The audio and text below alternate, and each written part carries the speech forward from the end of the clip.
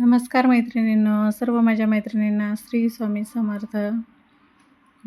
तर बघा आता जे आहे तर मी कालच्या व्हिडिओमध्ये सांगितलेलं होतं की मी जे आहे तर घर आवरायला आता सुरुवात केली. कामं जे आहे तर पूर्ण झालेलं आहे.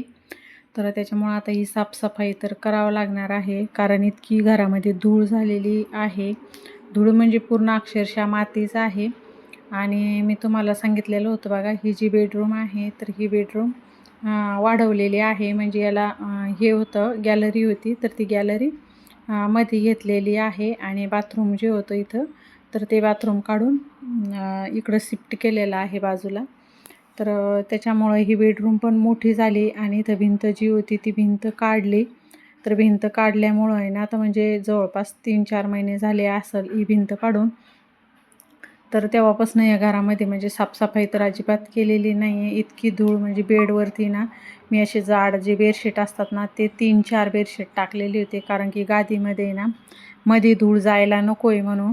पण इतकी धूळ झालेली होती ना, म्हणजे पूर्ण अक्षरशः मातीच होती. भिंतीवरती पण माती बसली होती. कलरिंग पण केला, पण कलर केला तरी पण धूळ आणि ती अशी डस्ट पूर्ण बसलेली होती. आणि खिडक्या वगैरे पण मला घासून काढायच्या होत्या, म्हणजे खिडक्यात पण असं सिमेंट वगैरे खूप लागलेलं होतं. आणि कलरवाल्यांना पण व्यवस्थित काही साफ करून दिलं नाही, कारण ते खिडकीच्या याला पण कलर लागलेला होता. तर मी आवरलं आहे बघा, इथं नुसतं झाडूनच घेतलं आहे. पण एक गोणी भरून जे आहे तर एवढा इथं कचरा निघालेला आहे, कपाट वगैरे याच्यामधला पण.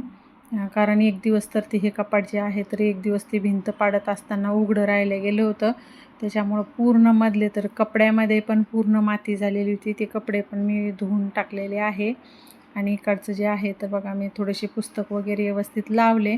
आणि हे जे वरती जे पोटमाळ्याचं फर्निचर आहे तर आता मग मला हे असं पूर्ण असं चिकट पण झाल्यासारखं झालं होतं, तर मग ते पूर्ण स्वच्छ करायचं होतं. तर म्हणलं आज बेडरूम जे आहे तर मी एकदम नाही साफसफाई करू लागले, एक रूमचीच करू लागले, कारण एक रूम मला एक दिवस चालली सफाई करायला. कारण पूर्णच क्लीन करायचं म्हणल्यानंतर एक रूम करायची म्हणल्यावर एक दिवस त्याला लागतोच. तर त्याच्यामुळं मग मी एक दिवसात एकच करते. म्हणजे जे काम हातात घेतलं आहे मग तेच काम पूर्ण करून घेते. आता हे जे आहे ना तर म्हणजे हे स्प्रे मारून वगैरे तर त्यांना पण हे काही निघत नव्हतं. तर शेवटी जे आहे तर मी घासणीनं त्याला घासलं. घासल्यानंतर ते व्यवस्थित निघालं. आणि मग नंतर जे आहे तर असं कपड्याने आहे त्याला, तर कपड्याने मी असं पुसून घेतलं आहे. हे बघा, स्प्रे जरी मारलं ना तर ते निघत नाही आहे व्यवस्थित, म्हणजे निघत नाही आहे. आणि परत म्हटलं म्हणजे असं आपलं वरती चढून ते काही नेहमी साफ करणं होत नाही. म्हणलं एकदा साफ करायचं तर म्हणजे चांगलं स्वच्छ सगळं झालं पाहिजे, असं आपण साफ करूया. म्हणून मग मी वरती चढायला याला पण हे होतं, पण ही साफसफाई कोण करणार, आपल्याला ही करावाच लागणार आहे. म्हणून मग माझं चालू होतं. नंतरचं मग कसं थोडंसं वरतून जरी हे पुसून घेतलं तर चालतं. तर मग मी इथं जे आहे बघा तर घासणीनंच माझं घासून चालू होतं. खिडक्याचं पण बघा, एक खिडकीला लावलेले जे कडापे असते ना तर त्याच्यावरती पण असा कलर पूर्ण हे झालेला होता. तर मग ते पण मी जे आहे तर असं घासणीनं घासून काढलं. आणि मग नंतर जे आहे तर असं कोरड्या कपड्याने त्याला पुसून घेतलं,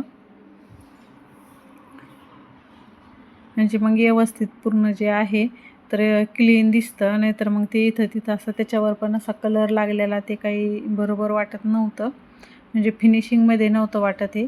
म्हणून मग मी जे आहे तर त्याला पण मी असं घासूनच घेतलं. म्हणलं घासून घेतल्यानंतरच निघन, ते पत्र्यानं जरी खरडत बसलं तर मग बाजूचे कलर पण निघण्याची भीती वाटते. म्हणून मग मी काही हे केलं नाही की डायरेक्ट मी घासणीनंच त्याला घासून घेतलं. मला घासून घ्यायचं आणि पाणी जास्त पाणी न टाकता असं कोरड्या कपड्यांनी पुसून घ्यायचं. आता हा टेबल जे आहे तर मी पूर्ण साफ केला होता. आणि साफ करून टेबल मी इथं लावून दिला होता. पण हे जे मधलं आहे बघा कीबोर्ड ठेवायचं, ते मी काही बाहेर काढलंच नाही. नंतर काढलं त्याच्यावर इतकी धूळ होती. मी त्याला पण जे आहे तर मी असं घासूनच घेतलं आहे बघा. साबण ते लावून भांड्याच्या घासणीनंच मी त्याला घासलेलं आहे. कारण थोडीशी आता चर पडणार आहे, पण मग ते स्वच्छ पण निघणार नाही. तसं पुसून अजिबात ते स्वच्छ निघत नव्हतं. मी जे आहे तर असं याला पण असं घासून घेतलं. आणि खालची फडची जी आहे ना ती फडची पण मी घासणीनंच घासली, कारण की ब्रशनं पण घासून हे होत नव्हतं. मग मी काय केलं की सरळ आपली घासणी घेतली आणि तारेच्या घासणीनं घासलं त्याला. आणि जेवढं घासलं एक फडचीच घासायची आणि एक तेवढीच पुसून घ्यायची, असं केलेलं आहे. त्याच्यामुळं मला जे हे काम आहे तर पूर्ण माझा दिवस गेलेला आहे याच्यात. मी सकाळी जे आहे तर 8:30लाच लागलेली होती बघा हे करण्यासाठी. सकाळी 8:30 वाजल्यापासूनच जे आहे तर आज काही स्वयंपाक वगैरे काही बनवायचा नव्हता, म्हणून मग मी सकाळीच चहा वगैरे झाला की लगेच ह्या कामाला लागले. म्हणलं आपण हे काम अगोदर करून घेऊया, मग आपल्याला बाकी कामं जे आहे तर मग नंतर करता येतील. म्हणजे एक आता साफ करण्याचंच पडलेलं आहे की एक पूर्ण जे आहे तर क्लीन झालं पाहिजे. मग असं खालचं पण जे आहे ना तर मी खाली पण असं घासून घेतलं आणि मग घासूनच नंतर त्याला पुसून घेतलं आहे बघा. तरी पण हा टेबल जो आहे तर थोडासा खराब झालेला आहे. खराब म्हणजे कसा खराब झाला हे, कारण ते मिस्त्री लोक जे आहे ना तर त्यांनी फिटिंगला वगैरे इथं उभा राहायला पण त्या स्टूलचा यूज केला, त्याच्यावरच ते उभा राहिले आणि तेव्हा काही आपल्या लक्षात आलं नाही. पण त्याच्यावरती इतकी चरं पडलेत ना, तर चरं पडल्यामुळं जे आहे तर त्याला पण आपल्याला त्याचं ते कवर आहे वरचं तर ते आपल्याला बदलावं लागणार आहे, कारण की ते चरं व्यवस्थित नाही वाटू लागले. त्याच्यावर खूपच चरं पडलेले आहे. जे त्याच्यावरची जी आपण त्याला ती सीट बसवलेली आहे तर ती मग आपण दुसरी चेंज करावं लागणार आहे. हे बघा मी जे आहे तर मग असं घासून घेतलं, कारण पाणी जरी टाकलं ना तर मग जास्त पाणी टाकून धुतलं तर पूर्ण बेड खाली पण पाणी जाईल. मग पाणी गेल्यानंतर बेड काही सरकत नाही म्हणजे अजिबात हालतच नाही जाग्यावरनं. त्याच्यामुळं आपण तिथं काही पाणी टाकून पण आपण त्याला धुता येणार नव्हतं. त्याच्यामुळं मग मी काय केलं, हे बघा असं एक फडची जी आहे तर घासून घेतली आणि लगेच घासून थोडंसं पाण्याने पुसून आणि नंतर परत कोरड्या कपड्याने पुसून असं पुसलं आहे मी.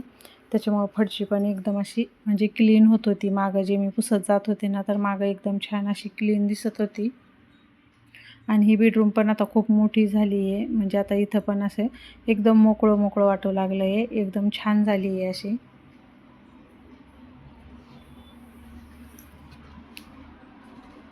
माझं हे भांड्याची घासणी वगैरे सोबतच होतं, कारण नाही जर निघालं तर मग हे ब्रशनं पण घासत होते, ब्रशनं नाही निघालं तर मग घासणीनं पण घासावं लागत होतं. आणि घासणीनं जे घासून आहे तर माझे पूर्ण हाताची बोटं आहे तर बोटं पूर्ण असे चिरले गेलेले होते, कारण ते असं घासून पण अशी घासणी पण अशी जास्तच धारदार होती. तर अशी ती पूर्ण हे झाली तर मग ती अशी पोटामध्ये हातामध्ये पण घुसत होतं. पण कामाच्या याच्यामध्ये आपल्याला काही समजत नाही आहे. काम होईपर्यंत आपण लक्ष पण देत नाही कुठं लागलं आणि काय झालं. काम झाल्यानंतरच आपल्याला समजतं आहे की आपल्याला कुठं लागलं आहे. तर तोपर्यंत काय कामाच्या नादामध्ये आपल्याला काही समजून पण येत नाही की आपल्याला किती लागलं आहे आणि काय झालं आहे म्हणून. आता साफसफाई करायची म्हणल्यानंतर अवतार तर असं होणारच, कारण की आता त्याच्याकडे थोडंसं दुर्लक्ष करा, कारण पूर्ण ही साफसफाई जी आहे. आणि आता जे माझं हे चालू होतं तर आता जवळपास बघा 3:30-4 वाजत आलेले होते. आणि सकाळी माझं 8:30 वाजल्यापासून मी ह्याच बेडरूममध्ये होते. सकाळपासून माझं हेच काम चालू होतं, कारण की कपाट आवरलं अगोदर. कपाटामध्ये कपडे होते, ते कपडे पूर्ण काढून धुवून घेतले. आणि ड्रेसिंग टेबल जो आहे तर त्या टेबलमधलं पण मेकअपचं सामान जे आहे ते पण एकदम व्यवस्थित लावलं. त्याच्यात जे काही रिकामी काही झालेले असते बॉक्स वगैरे काय तर ते पण मी त्याच्यातलं काढलं, म्हणजे पूर्ण तिथालचं काढून घेतलं. ते पूर्ण घरामधले जाळे काढले, वरती POPमधले पण जाळे वगैरे काढले, फॅन वगैरे पण स्वच्छ घासून घेतला. आणि आता जे आहे बघा तर फायनली बेडरूमचं जे आहे तर पूर्ण आवरलेली आहे. तर असे बेडरूमचा लूक झालेला आहे. तर शेवटी बघा अशी बेडरूम आपली झालेली आहे. इथं स्टडी टेबल आणि ती चेअर आहे बघा अभ्यास करायला बसण्यासाठी. आणि इकडून मग मी पडदे वगैरे पण लगेच लावून घेतले, पडदे वगैरे पण लावले. एकदम सगळं स्वच्छ झालं तर आपल्यालाच म्हणजे मलाच एकदम फ्रेश असं वाटत होतं, कारण इतकं स्वच्छ वाटू लागलं होतं. खाली फडची पण चकचक करत होती आणि सर्वच एकदम व्यवस्थित. रूम पण एकदम छान. आणि ही रूम जी आहे तर आम्ही ग्रे व्हाईटच मध्ये घेतलेली आहे, म्हणजे ग्रे आणि व्हाईटच तिथं कॉम्बिनेशन आहे, दुसरं कॉम्बिनेशन नाही. त्याच्यामुळं आणखीनच ती रूम जी आहे तर फ्रेश वाटू लागली होती. पूर्ण मी अशी लाईट वगैरे लावली शेवटी, आणि लाईट वगैरे लावून स्वतःचंच कौतुक मी स्वतःच करत होते की किती स्वच्छ वाटू लागलं आहे म्हणून. मला छान वाटत होतं. आपण स्वच्छ केलं तर ते आपल्याला छान वाटतं.